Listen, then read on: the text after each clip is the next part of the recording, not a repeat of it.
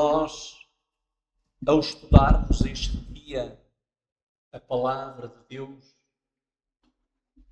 apercebemos-nos de algumas lacunas que existem, sobretudo nos pregadores dos últimos dias.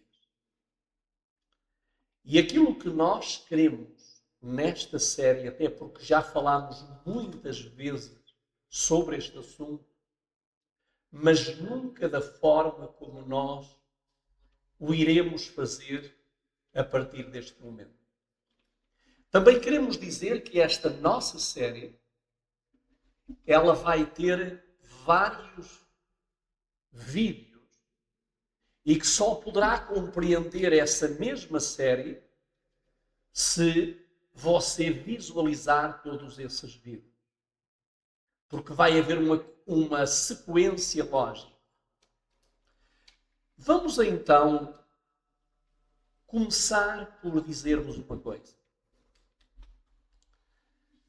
Nós hoje vamos nos debruçar do discurso do Oliveto. O que é isto? Basta abrirmos as nossas Bíblias no capítulo 24 e versículo 1 de Mateus e vamos ver que esta pregação ou esta mensagem de Jesus, ela começa num lugar, mas ela vai acabar num outro lugar. Ou seja, Jesus vai deixar uma pregação que inicia num lado e que a vai concluir no outro. Isto é algo que nos mostra que nem sempre a pregação que nós fazemos num lado é concluída nesse mesmo lado ou nesse mesmo lugar. E então nós vamos aqui agora ver algumas coisas curiosas. Quando nós lemos Mateus 24 e versículo 1, diz-nos assim: tendo Jesus saído do templo, ia-se retirando. Quando se aproximaram dele os seus discípulos para lhe mostrar os edifícios do templo. Outras versões dizem a estrutura do templo. E quando Jesus sai do templo, quando ele é solicitado a dar a sua apreciação acerca da grandiosidade daquele templo, Jesus vai deitar por terra toda a expectativa daqueles que lhe pediram para que ele desse uma apreciação acerca da grandeza daquele lugar. E em vez de ele dar uma apreciação à grandeza daquele lugar, ele vai dizer estas palavras do versículo 2. Não ficará aqui pedra sobre pedra que não seja derribada. E isto foi duro para os ouvintes. Queridos amigos, você imagina um projeto que você quer idealizar. Um projeto em que você está a concentrar todos os seus sonhos, todas as suas expectativas. E agora você vai chegar junto de Jesus e vai lhe falar desse projeto. E agora, em vez de Jesus elogiar o seu projeto, estimulá-lo no projeto, ele vai deitar-lhe esse projeto por terra. Imaginem o que seria. Mas sabem que isto que aconteceu no templo, à saída do templo de Jerusalém, é aquilo que vai acontecer com muitas vidas. Pessoas que pensam atingir a grandeza na vida. E que Jesus lhe vai dizer: tudo isso onde te apoias, tudo isso onde tu crês que vai ter sucesso, não vai ficar pedra sobre pedra. Ou por outras palavras, Jesus vai lhe dizer, e isso não vai dar certo. Nenhum de nós que tem planos, que tem projetos, gosta de ouvir dos lábios de alguém dizer que as coisas não vão dar certo. Mas foi isso que Jesus disse. Deus, Jesus Cristo, deitou a expectativa daqueles homens por terra. A grandeza daquele plano que eles tinham em mente. Algo que seria indestrutível no Templo de Jerusalém. Jesus disse que apesar de ter sido construído como foi, debaixo da influência divina, tudo aquilo que não está a ser conduzido por Deus cai por terra. Então vimos que o sermão começou à saída do templo. Mas aonde ele vai explicar melhor aquilo que queria dizer, já não é no templo de Jerusalém. Já, como nos diz em Mateus 24:3, vai ser no Monte do Oliveto. Ou melhor dizendo, no Monte das Olivas ou das Oliveiras. E reparem que os discípulos carregaram sobre eles, desde o Templo de Jerusalém até ao Monte das Oliveiras, a dúvida que pairava em sobre ele. E qual é a dúvida? Como é que uma construção desta vai deixar de ficar pedra sobre pedra? Queridos amigos, há muita gente que não acredita naquilo que Deus diz. Há muita gente que está a fazer planos para o futuro. Quando Deus diz que os planos que deveriam ser feitos era para o presente e conduzidos por Deus. A grande maioria não o quer. E então o que é que Jesus vai dizer a essas pessoas? Não ficará pedra sobre pedra. Aquilo que tu pensas que vais conseguir é uma ilusão.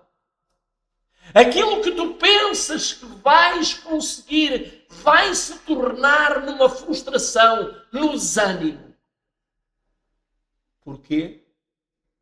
Porque aquilo que não nasce com Deus vai ser um fracasso. Agora, quando eles estavam já num outro contexto, no Monte das Oliveiras, e tinham aquela primeira mensagem dita à saída do templo, atravessada nas suas mentes, na sua alma. Eles agora vão ter com Jesus e vão-lhe fazer a pergunta. E estando assentados no Monte das Oliveiras, chegaram-se os discípulos em particular e perguntaram, dize-nos, quando acontecerão essas coisas? E que sinal haverá da tua vinda e da consumação do século? Eles pediram uma coisa que Jesus nunca lhe diria. Aquilo que eles pediram é alguma coisa que Jesus nunca vai dizer a ninguém. O quando. Eles perguntaram-lhe o quando é que isso vai acontecer. E porquê é que eles pensaram isso? É porque até que esse dia chegue, nós podemos continuar a viver com os nossos planos, com os nossos projetos.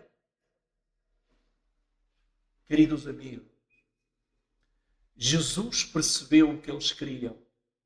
Mas Jesus não lhe respondeu segundo aquilo que eles queriam. E então eles fazem-lhe duas perguntas. E as duas perguntas foram: o quando, que tem que ver com o tempo, e o sinal, para que eles se apercebessem. E neste capítulo de Mateus 24, Lucas 21, Marcos 13, nós vamos nos aperceber que Jesus deu sinais evidentes.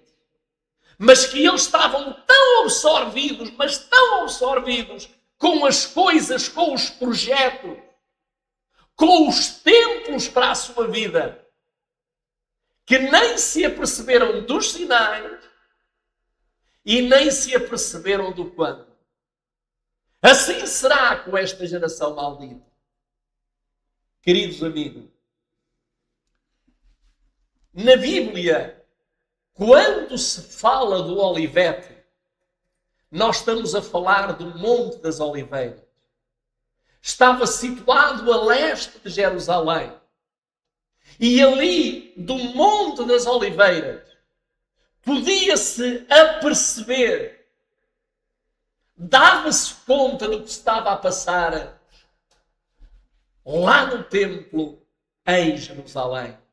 Via-se os movimentos que ali se faziam em direção ao templo. Queridos amigos, há muita gente que pensa que o facto de ir ao templo, isso vai resolver a vida dela, isso vai salvar a sua vida. Não. Não se iludam. Não é porque eu vou ao templo que eu vou ser salvo. Eu só vou ser salvo no templo se estiver salvo antes de ir ao templo. Não é no templo que eu sou salvo, queridos irmãos.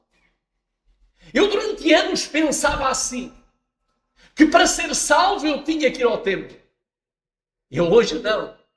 Eu hoje cheguei a uma conclusão, como chegou João Batista, que antes de ir ao templo temos que estar salvos.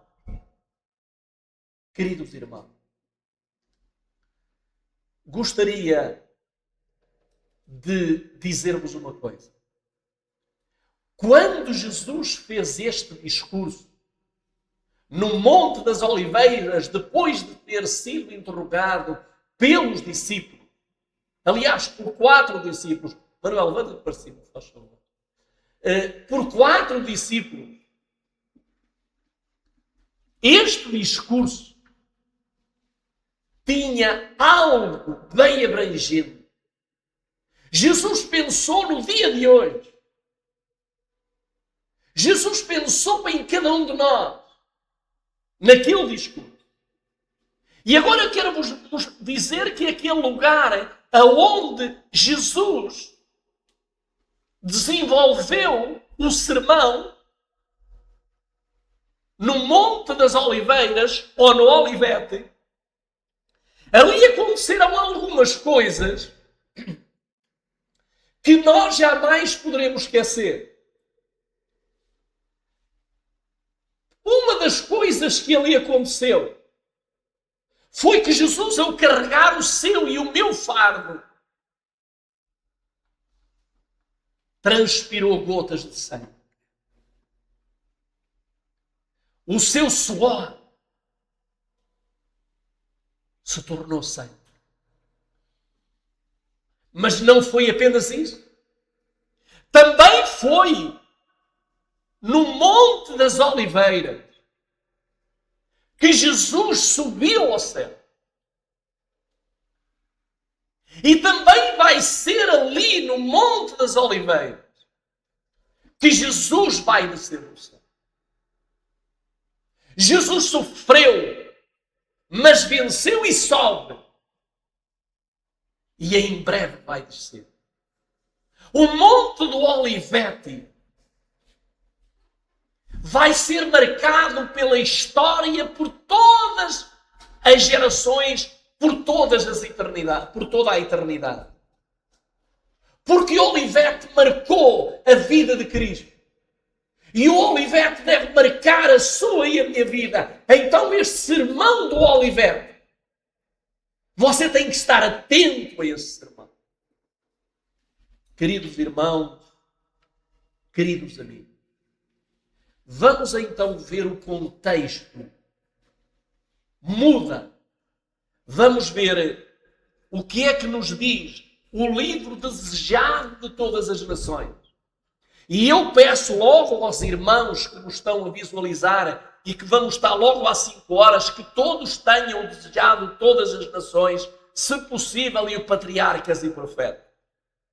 Vamos ver coisas que as pessoas não falam, coisas que as pessoas não dizem. Então vamos ver o que é a mensageira do Senhor no capítulo 69 do livro Desejado das Nações, na página 603, ela comentando 24:13 de Mateus. Vejam o que ela diz. Ela diz assim: as palavras de Cristo foram proferidas aos ouvidos de grande número de pessoas. Aonde? Aquelas que ele fala quando sai do templo. Mas quando ele se achava só, sentado sobre o Monte das Oliveiras, Pedro, João, Tiago e André foram ter com ele. Diz-nos, perguntaram, quanto serão essas coisas? E que sinal haverá da tua vinda e do fim do mundo? Retenhamos isto. Nem tudo Jesus podia ter dito àqueles primeiros que o ouviram na pregação à saída do templo. Porquê? Porque eles não estavam preparados para ouvir aquilo que ele tinha para dizer. E, queridos irmãos, no dia de hoje, vai haver um povo que Deus vai preparar na terra para que possam ouvir aquilo que a grande maioria não vai conseguir ouvir. E eu quero estar nesse povo. Eu quero estar naquele povo, nesse pequeno remanescente, que vai poder ouvir tudo aquilo que o Senhor falou. Eu não quero estar na multidão daqueles que Jesus não fala com eles, porque ele sabe que eles não entenderiam, porque o seu coração está fechado. Mas agora notem o que a mensageira do Senhor, ela continua no mesmo capítulo a dizer. Isto é muito importante. Jesus não respondeu aos discípulos falando em separado da destruição de Jerusalém e do grande dia da sua vinda. Misturou a descrição dos dois acontecimentos. Agora notem, Jesus quando fala com os discípulos, eles pedem sinais sobre o fim do mundo. E agora o que é que Jesus vai fazer? Jesus, no mesmo sermão, ele vai falar sobre a destruição de Jerusalém e sobre o fim do mundo. E a pergunta que nós podemos fazer é: porquê é que Jesus misturou os acontecimentos? Ele misturou por uma razão muito forte. Primeiro, porque houve coisas que aconteceram na história e na destruição de Jerusalém dos anos 70 que se vão repetir no fim do mundo. E nós vamos precisar discernir as que estão relacionadas com a destruição de Jerusalém e aquelas que não estão relacionadas. E isso implica o quê? Um estudo aprofundado das Escrituras. Agora notem o que diz a mensageira ainda no mesmo livro e no mesmo capítulo. Ela diz assim: por misericórdia com eles, Jesus misturou a descrição das duas grandes crises, deixando os discípulos o procurar por si mesmo a significação. Reparem aqui uma coisa. Porquê é que ele misturou os acontecimentos por misericórdia? Mas a quem é que cabe a responsabilidade de discernir o que é e o que não é? Foi aos discípulos. Mas hoje nós não temos os discípulos connosco. Mas Jesus tem na terra os seus discípulos. E então cabe a esses discípulos discernir o que se refere a Jerusalém e o que se refere ao fim do mundo.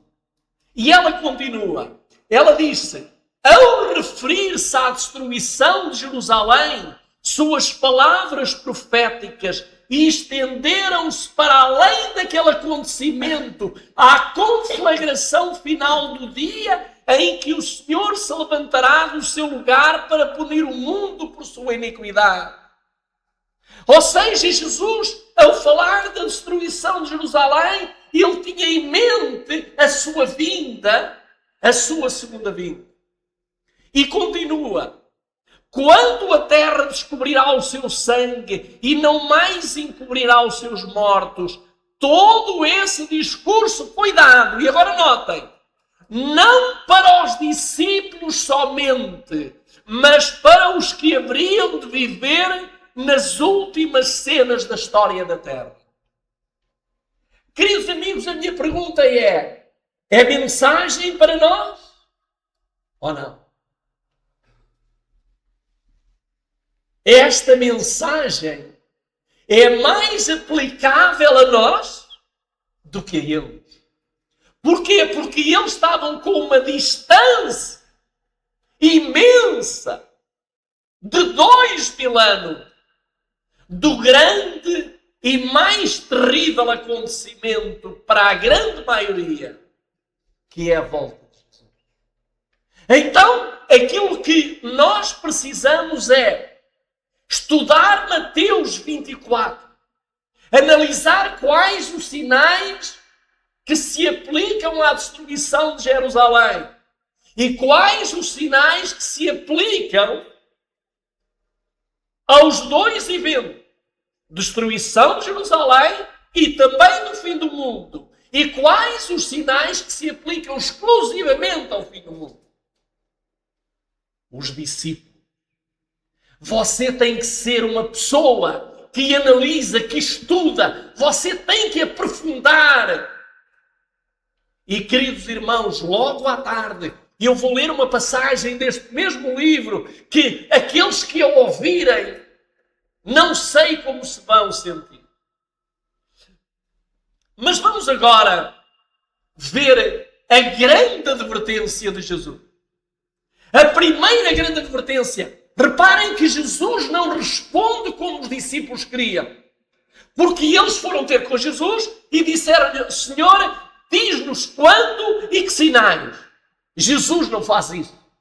Jesus vai fazer isso não como eles pedem, mas dentro de um contexto cronológico. E vamos ver que antes dele falar em sinais e dele falar em tempo, vejam o que ele vai falar em primeiro lugar. Mateus 24, 4 e 5. O que é que Jesus falou? Reparem, Jesus respondeu, disse-lhes, acautelai-vos, que ninguém vos engane, porque muitos virão em meu nome, dizendo, eu sou o Cristo. E agora notem o que é que diz o texto. E enganarão a muitos. Repare, são muitos falsos cristos que vão enganar a muitas pessoas. Jesus falou isso.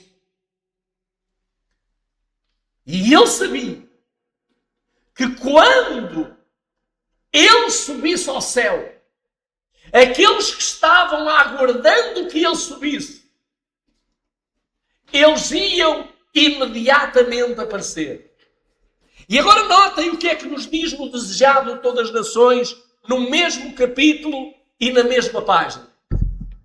Muitos falsos messias apareceriam pretendendo operar milagres e dizendo chegado o tempo do livramento da nação judaica. Esses desviaram a muito. As palavras de Cristo cumpriram-se. Agora notem, quando é que esses falsos cristos apareceram? Vamos ver. As palavras de Cristo cumpriram-se entre sua morte e o cerco de Jerusalém. Ou seja, neste espaço de tempo, em 37 anos, apareceram falsos cristos e enganaram muito. Diz-nos. Mas essa advertência foi dada também aos que vivem nesta época do mundo. Qual advertência? Levantar-se-ão falsos cristos e falsos profetas. Os mesmos enganos, agora notem, os mesmos enganos praticados anteriormente à destruição de Jerusalém têm sido postos em prática através dos séculos. E sê-lo-ão de novo. Em que tempo nós nos encontramos? No tempo dos falsos cristos e dos falsos profetas. E eu gostaria de falar-vos dos primeiros falsos cristos que apareceram após Jesus subir ao céu. Vamos para o livro de Atos, no capítulo 5 e no versículo 36 e 37. Vamos ver o que é que nos diz. Diz-nos estes versos 5, 36 e 37. Porque antes destes dias levantou-se Teudas, dizendo ser alguém. A este se ajuntou o número de uns 400 homens, o qual foi morto, e todos os que lhe deram ouvidos foram dispersos e reduzidos a nada. Teudas levantou-se. 400 homens o seguiam, acreditando que ele era o Cristo. E o que é que aconteceu? O mesmo que vai acontecer com aqueles que olham para o homem e o veem como aquele que dirige a sua vida. Queridos irmãos, ninguém pode dirigir a sua vida. Nenhum homem tem essa responsabilidade. Por mais consagrado que seja, não coloque Deus de lado. Não coloque o único que é o caminho, a verdade e a vida. Vão aparecer mais Teudas. Mas Teudas morre e quem é que se levanta de novo? Depois deste levantou-se Judas o Galileu, nos dias do alistamento, e levou muito povo após si. Mas também este pereceu, e todos os que lhe deram ouvidos foram dispersos. Queridos irmãos, há uma coisa comum nestes dois falsos cristos. Em Teudas e em Judas. O que é que eles fizeram? Um trabalho terrível. E que trabalho foi? Dispersaram o povo de Deus de Deus. Esse foi aquilo que nós vimos ontem. Esse é o grande plano de Satanás. Ele levanta homens. E quero dizer, esteja atento. Os homens que ele vai levantar para enganar são aqueles que têm mais capacidade. São aqueles que têm mais formação. São aqueles que são mais doutores. São esses. Eu ainda ontem estava a falar com alguém a repreendê-lo. E esse alguém só porque tem um curso, só porque tem um curso maior a nível universitário do que eu, porque eu não tenho nenhum curso universitário. Quando eu repreendi aquela pessoa, ela virou-se para mim e diz assim: Manuel, eu não te reconheço a autoridade para me falares da Escritura. Que orgulho! Que orgulho! Mas assim é. Porquê? Porque estes que são os falsos cristos, aonde é que eles se apoiam? No conhecimento humano. Não na revelação divina. São aqueles que creem na ciência, mesmo que ela esteja em oposição à vontade de Deus. Então, muito cuidado com os doutores, com os filósofos, com os intelectuais, com os mestres. Muito cuidado com aquele que chega junto de si e diz: não, eu sei, eu estudei, eu conheço, não é assim aquilo que você diz, quando o Espírito Santo lhe revelou assim, que assim é. Não se deixe abalar por aquilo que eles sabem. Fie-se da Escritura. Mas vamos ver que, segundo Flávio José, um grande contemporâneo do tempo de Jesus e dos apóstolos, diz que Flávio José, falando um pouco sobre Teudas, diz que ele persuadiu uma multidão a segui-lo até ao Rio Jordão. Prometeu dividir as águas à semelhança de Josué. O procurador romano Cúspido Fado enviou tropas. Foi ver o que se acontecia. Eu ainda há dias vi um pseudo-pastor com a sua igreja, foram até a um rio. E sabem o que é que fez aquele pastor? Ele disse: vocês acompanhem-me, porque eu agora vou bater com o cajado nas águas do rio e as águas vão se abrir. E sabem o que é que o povo fez? Seguiu aquele homem. Só que quando ele chegou às águas do rio, entrou nas águas do rio e bateu com o cajado, ele quase se afogou. Queridos amigos, como é que é possível as pessoas hoje crerem em homens que não são homens, são demónios? Mas vamos falar de 10 sinais que nós nos iremos deter durante esta série. Os principais 10 sinais que Jesus falou no Monte do Oliveira. O primeiro sinal que ele falou, e quero-vos dizer, destaco aqui 10, foi quando ele falou dos falsos cristos. E encontramos isso em Mateus 24, 4 e 5.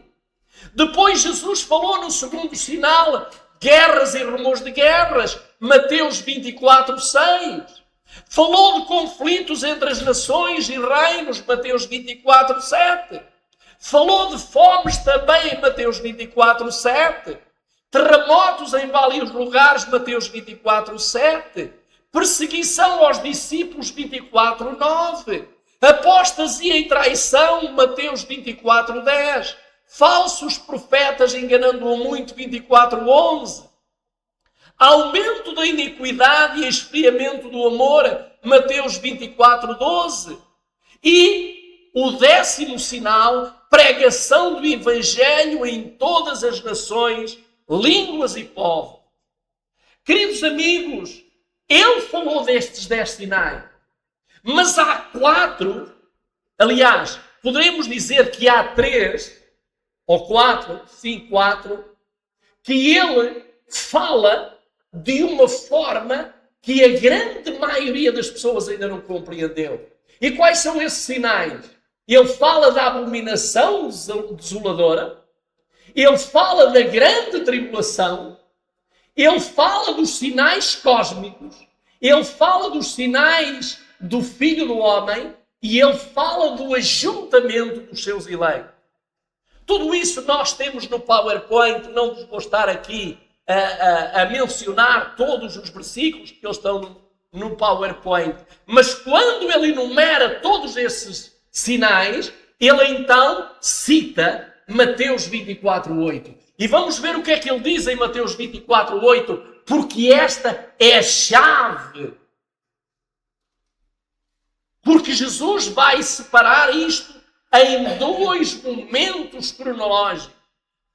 Em Mateus 24, 8, o que é que Jesus disse? Tudo isto é o princípio das dores. Todos estes 10 sinais e os outros que acabamos de numerar é o princípio das dores. Agora, queridos amigos, depois desses sinais, viria aquilo que os discípulos menos queriam. Mateus 24, 9 a 13. Vamos ver então o que é que o texto sagrado diz. Então vos hão de entregar para serdes atormentados, matar-vos-ão, sereis odiados de todas as nações por causa do meu nome. Neste tempo muitos serão escandalizados, trair-se-ão uns aos outros, e uns aos outros se odiarão. E surgirão muitos falsos profetas e enganarão a muitos. E por se multiplicar a iniquidade, o amor de muitos lhes esfriará. E depois ele conclui: mas aquele que perseverar até ao fim será salvo. Querido irmão, você está preparado para o depois do princípio das dores? Você acha que já está preparado para ser entregado, para ser atormentado, para ser levado para as prisões, para ser morto, para ser traído? Você acha que já tem um estofo suficiente para isso? Eu não tenho. Eu não tenho. E por isso eu clamo a Deus cada dia, para que Ele me dê esta força nestes últimos dias. E louvo a Deus porque agora vai chegar aqui aqueles irmãos que nós nos queremos agarrar com todas as forças do nosso ser. Suplicarmos dia e noite para buscarmos essa força. Porque eu não a tenho, irmãos. Eu ainda não a tenho. Reparem o que é que diz o livro desejado de todas as nações, ainda no mesmo capítulo e neste contexto. Diz assim a mensageira do Senhor: por meio dos seus servos, deu Deus a derradeira oportunidade ao povo judeu de se arrepender. Mediante suas testemunhas manifestou-se ele em suas prisões, em seus julgamentos, em seus encarceramentos. Todavia, seus juízos pronunciaram contra eles a sentença de morte. Eram homens de quem o mundo não era digno, e matando-os os judeus, crucificavam de novo o Filho de Deus. Queridos irmãos, isto é importante que nós tenhamos isso em mente. Quando Estevão foi apedrejado até à morte, Cristo foi de novo crucificado. Quando Paulo e João Batista foram decapitados, Cristo foi de novo crucificado. E quero dizer-vos uma coisa: Deus vai acertar a conta com esses que fizeram isso. Por isso, queridos irmãos, Jesus não nos está aqui a dizer, não nos está a dar a garantia de que nós somos imunes a isto. Não! Ele não nos está a dar a garantia que nós somos imunes. Ele está-nos a dar a garantia de que nós podemos ser destes se nós quisermos ser seus discípulos. Vamos ver agora alguma coisa que é importante nós pensarmos. Porque esta série, ela está baseada como nos dias de Noé. Então, com aquilo que aconteceu nos dias de Noé, vai se repetir hoje. Então vamos precisar de entender melhor os tempos de Noé. Eu já havia estudado os tempos de Noé, mas não com este afinco. Vamos estudar agora os tempos de Noé. Esta é a série. Vamos precisar de estudar os tempos de Noé, porque vai ser através dele que nós vamos entender profecias que a maioria das pessoas não entendem. E que nunca ninguém falou. Porquê? Porque não estudaram os sinais, não estudaram a fundo os tempos de Noé. Vamos então ver para o capítulo 6 e versículos 5 a 7. E eu gostaria que alguém aqui pudesse ler, para eu também não ficar sem voz, porque hoje vai ser longo. Quem é que gostaria de ler Mateus 6, 5 e 7, com uma voz bem audível por causa da gravação? Desculpa, em Gênesis 6, 5 e 7. E viu o Senhor que a maldade do homem se multiplicara sobre a terra, e que toda a imaginação dos pensamentos do seu coração era só má continuamente. Então arrependeu-se o Senhor de haver feito o homem sobre a terra, e pesou-lhe em seu coração. E disse o Senhor: Destruirei o homem que criei sobre a face da terra, desde o homem até o animal, até o réptil e até às aves dos céus, porque me arrependi de os haver feito. Entristeceu-se, Não. Continua. entristecer-se, lamentar, compadecer, consolar-se, mudar de atitude ou de ação diante de uma situação. Queridos irmãos, eu quero vos dizer uma coisa. Quando alguém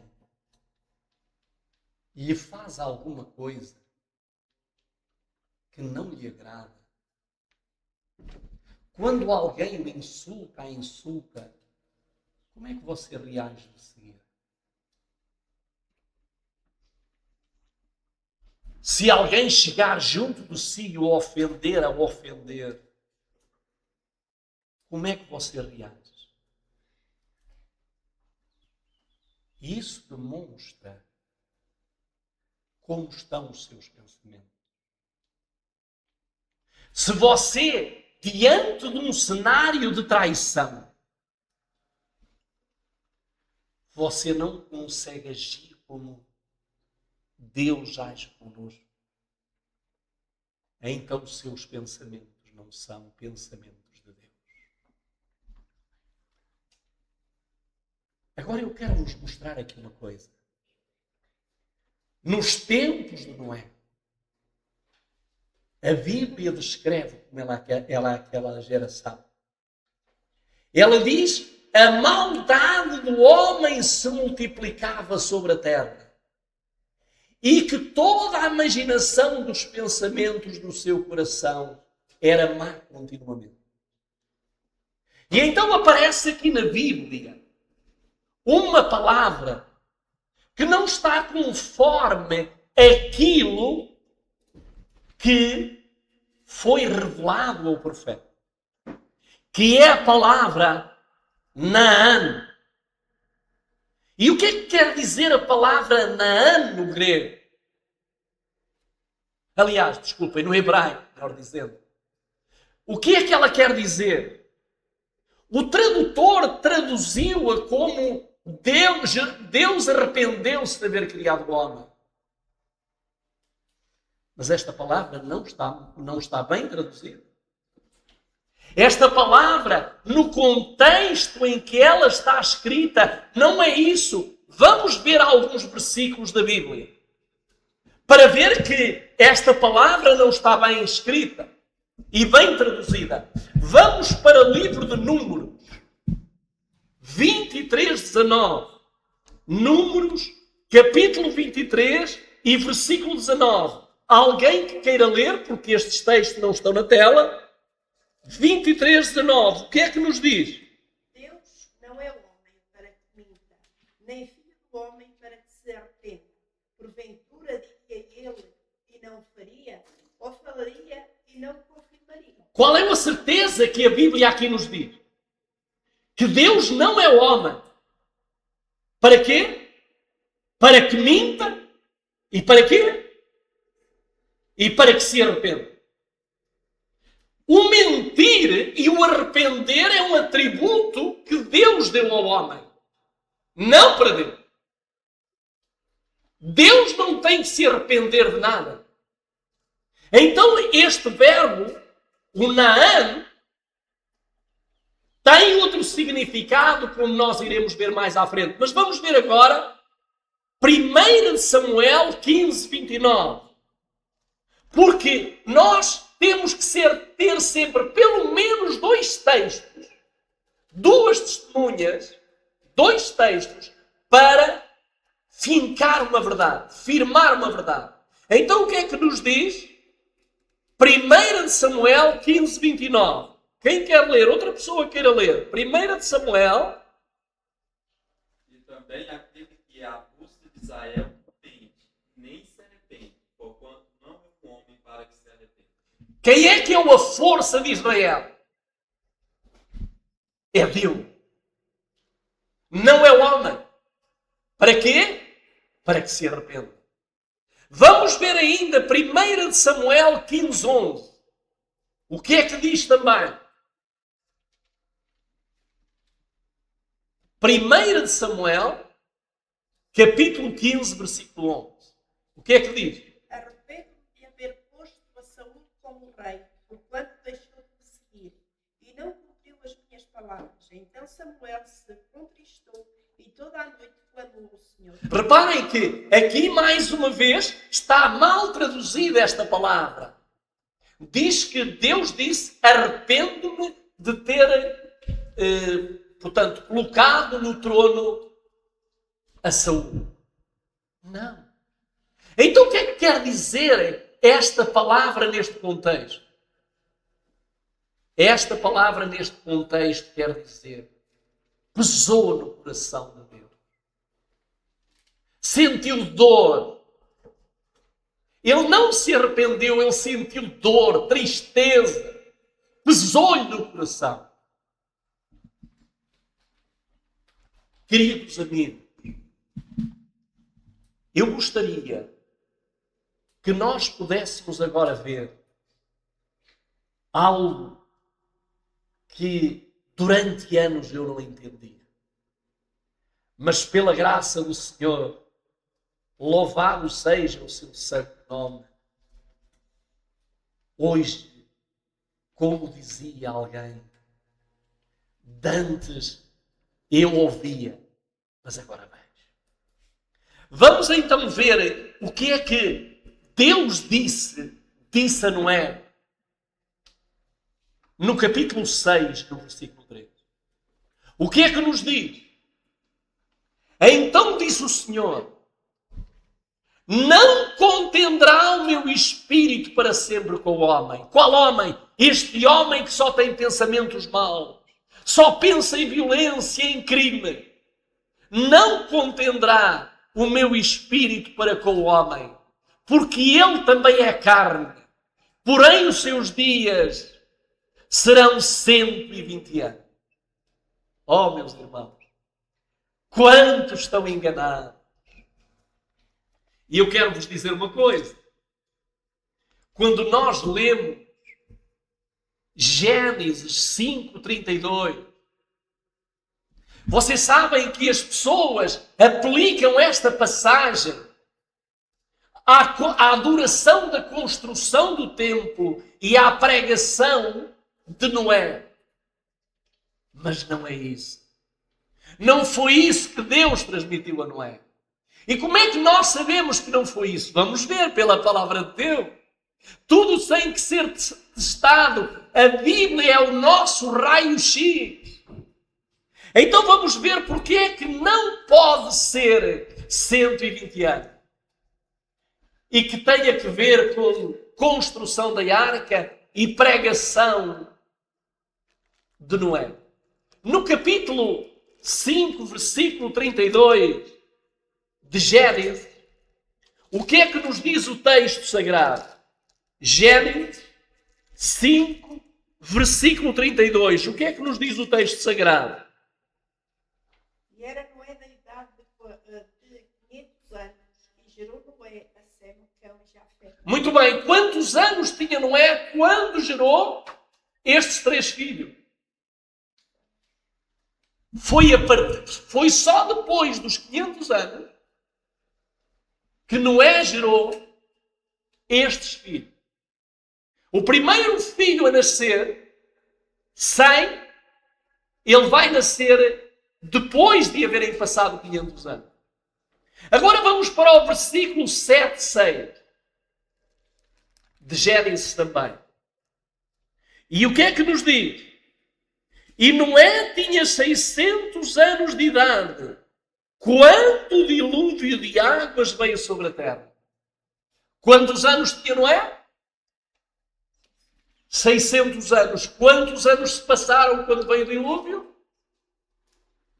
100 anos. Mas há aqui uma coisa ainda mais curiosa. No capítulo 6 e no versículo 18, 6, versículo 18, vamos ver aquilo que ninguém diz. Reparem o que é que diz o versículo 18. Quando Deus ordena, diz aqui o versículo 18, mas contigo eu estabelecerei o meu pacto, e tu entrarás na arca, tu e os teus filhos, e a tua mulher e as mulheres dos teus filhos. Os filhos de Noé eram jovens ou já eram adultos? O que é que nos diz o texto? Eram adultos porque eles já tinham mulheres. Já tinham mulheres. E essas mulheres vieram depois, como é normal, de eles haverem nascido. Agora vamos ler um outro verso. Capítulo 7, versículo 7. 7:7, o que é que nos diz? Noé entrou na arca e com ele seus filhos, sua mulher e as mulheres de seus filhos, por causa das águas do dilúvio. Muito bem. Então, podemos nós concluir, depois destes textos, que a arca demorou 120 anos a construir, quando no ano 100, depois de 100 anos da vida de Noé, dele haver tido filhos, veio o dilúvio, no ano 600. Reparem o que é que diz. Há uma citação de Ellen White. E houve alguém, por exemplo, em Angola, que me leu esta citação. E não podemos, de maneira nenhuma, negá-la, porque ela é uma evidência. Mas vejam o que é que disse Ellen White. Durante 120 anos, Noé proclamou a mensagem de advertência ao mundo antediluviano.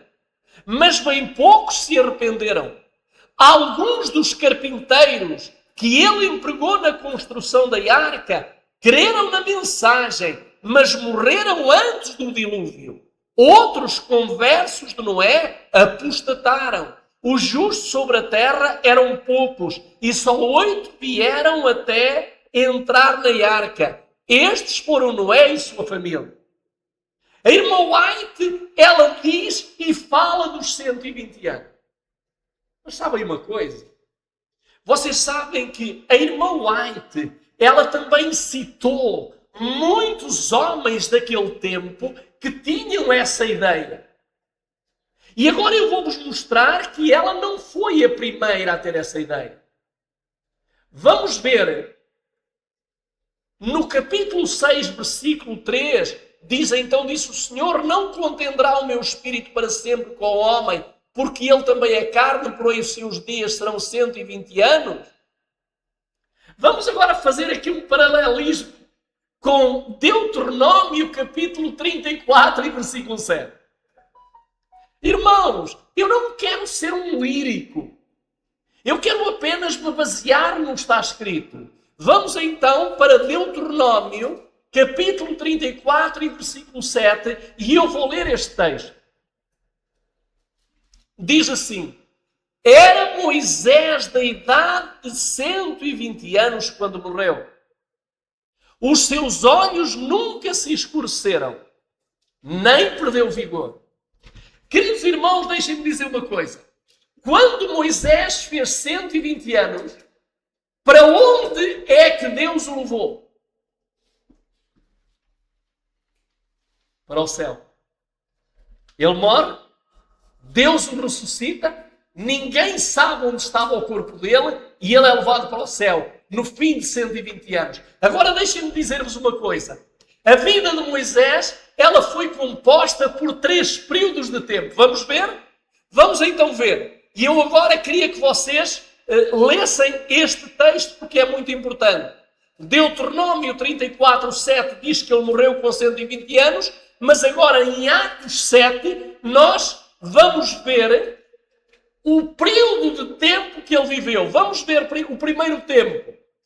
40 anos no Egito. O que é que diz 7:23 de Atos dos Apóstolos? E eu gostaria que alguém lesse, estamos quase a concluir esta parte.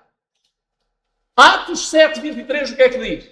Quem quer ler? Quando completou a idade de 40 anos, veio ao coração e visitar seus irmãos, os filhos de Israel. Muito bem. Então o que é que Moisés sentiu no coração? Esteve 40 anos no Egito, o que é que ele sentiu? Ir visitar os seus filhos. Então o primeiro período de 40 anos é o período em que ele vive no Egito. e o período em que ele vai visitar os seus irmãos. Vamos então agora ver o segundo período. E qual é o segundo período? Atos 7:30. O que é que diz Atos 7:30? E quem quer ler? E completados 40 anos, apareceu-lhe o anjo do Senhor no deserto do Monte Sinai, numa chama de fogo no meio de uma sarça. Muito bem. Então, 40 anos depois, aonde é que Moisés se encontrava agora?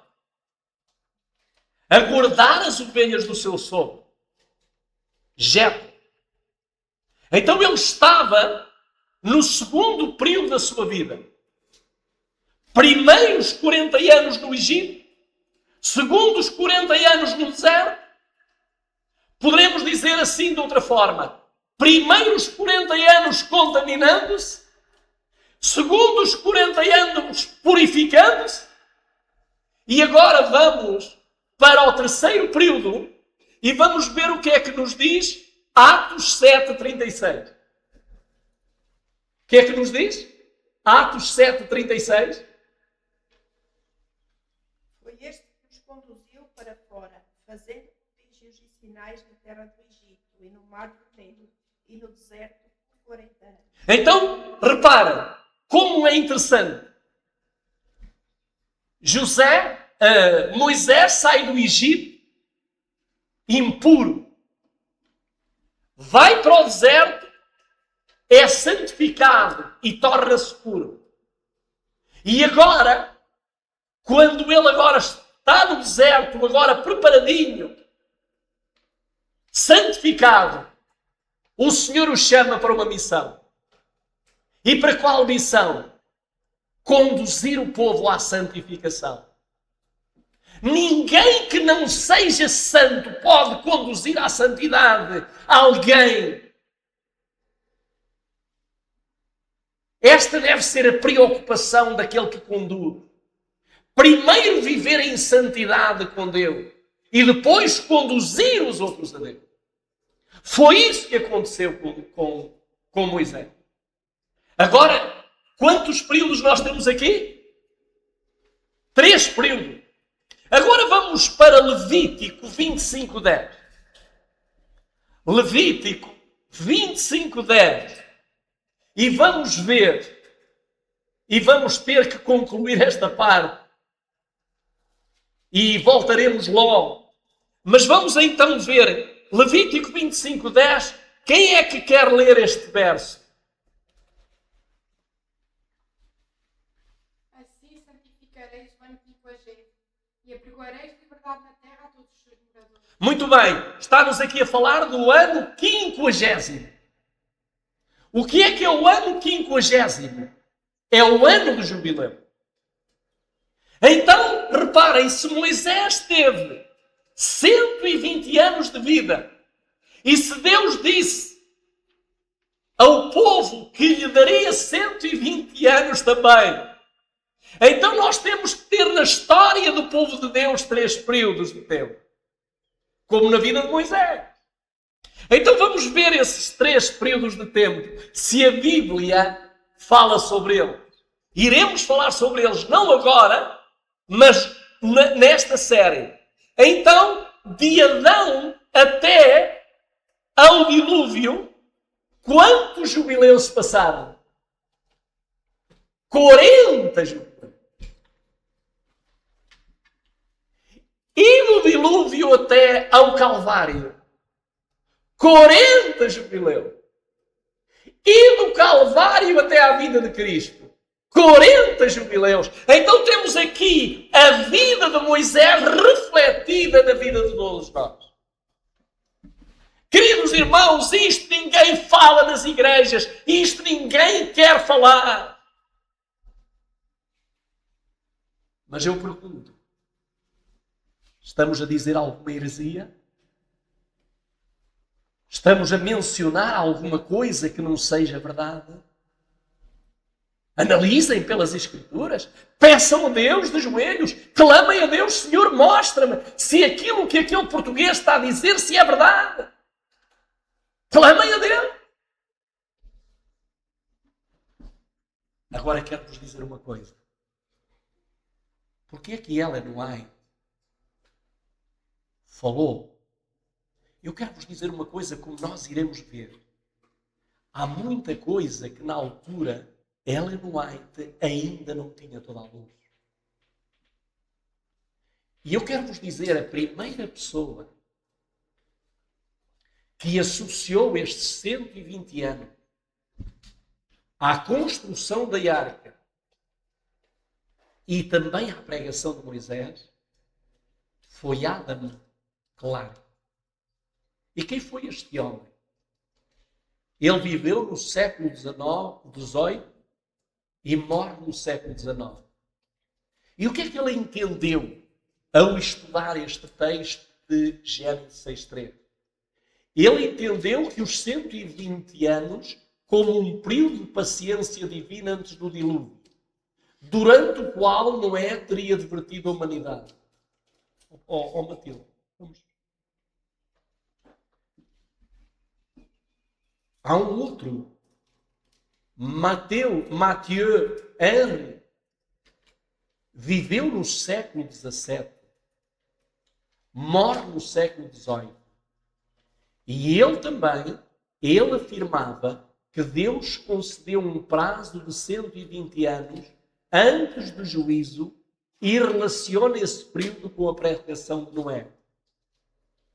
Outro ainda, Albert Barnes, em 1798, morre em 1870, Barnes comenta que os 120 anos podem indicar o período de tolerância concedido antes do dilúvio e liga esse tempo ao ministério de advertência de Noé. Ele, porém, é mais cuidadoso e admite que o texto também pode ser entendido como uma redução futura da duração da vida humana. E vou-vos falar de um último, poderia falar de muitos mais, mas aqueles que são os mais famosos. John Gill. Este homem, ao falar dos 120 anos, ele diz, Gill interpreta os 120 anos como um período de espera antes do dilúvio e entende que Noé pregou durante esse tempo.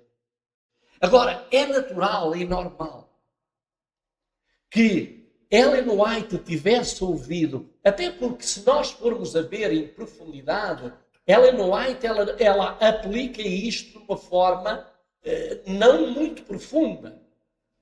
Mas iremos ver isso noutro contexto.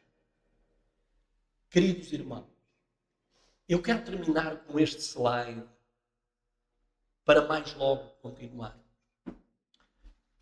Esta é uma triste realidade. O mundo estava numa condição caótica. E por isso, no livro de Gênesis,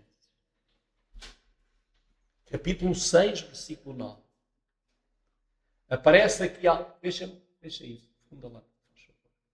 Aparece-me aqui alguma coisa que me entristece. E que se isso não lhe trouxer também tristeza a si, então alguma coisa está mal na sua vida. Vamos ler o que é que diz, capítulo 6, versículo 9, diz assim: estas são as gerações de Noé. Noé era o homem justo e perfeito. Em suas gerações, Noé andava com Deus. A primeira vez que a Bíblia chama justo a um homem é a Noé. Mas a Bíblia não lhe chama apenas justo. A Bíblia chama-lhe perfeito. Agora há uma coisa. Quando Deus olhou para Noé, para a sua vida, para a sua casa, para a sua família, o que é que Deus viu? Um homem justo e um homem perfeito. Agora há uma pergunta que eu preciso fazer. E quando ele olha para a minha vida, quando ele olha para a minha pessoa, quando ele olha para a minha casa, Qual é o diagnóstico?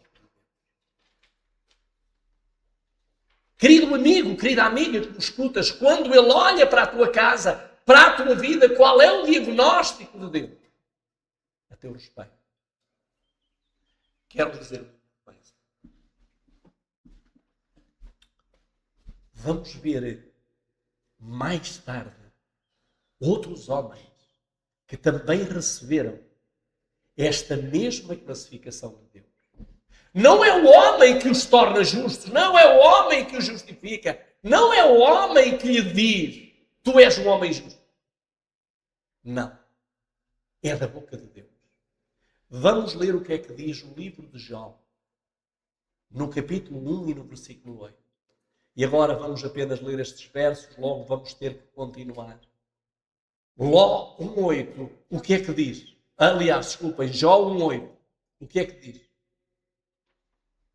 E disse o Senhor a Satanás: observaste a meu servo Jó, porque ninguém há na terra semelhante a ele, homem íntegro e reto, temente a Deus, que se desvia do mal. O que é que a Bíblia classifica? O que é que a Bíblia diz, fala sobre Jó? Era um homem que?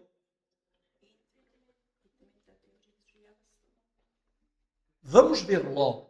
Vocês sabem que Ló viveu numa cidade terrível. Mas vamos ver o que é que 2 de Pedro fala sobre Ló. Ló fez coisas terríveis. Mas há um momento na vida em que deixa de as fazer. E agora vamos ver o que é que diz de Ló. Quem é que quer ler? Se Deus livrou o justo Ló, atribulado pela vida indecente daquelas pessoas sem princípios. O que é que ele se tornou? No meio de que geração? Indecente.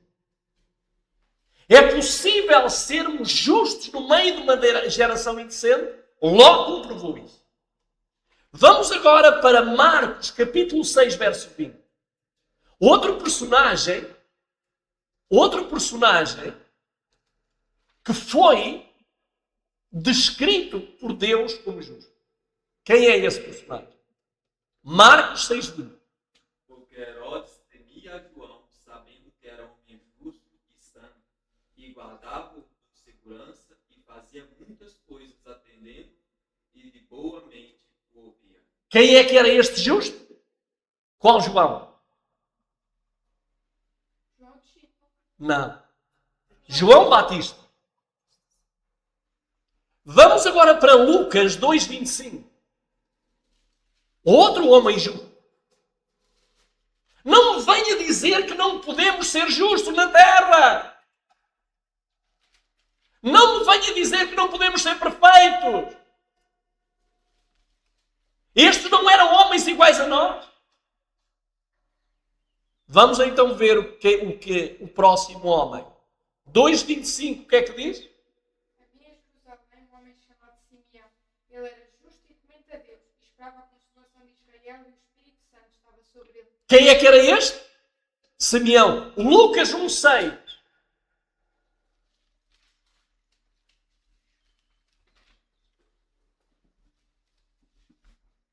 E eram ambos justos perante Deus, andando sem apreensão em todos os mandamentos. Não é isso.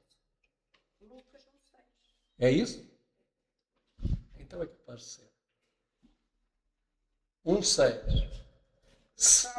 Fala de Zacarias. Ok.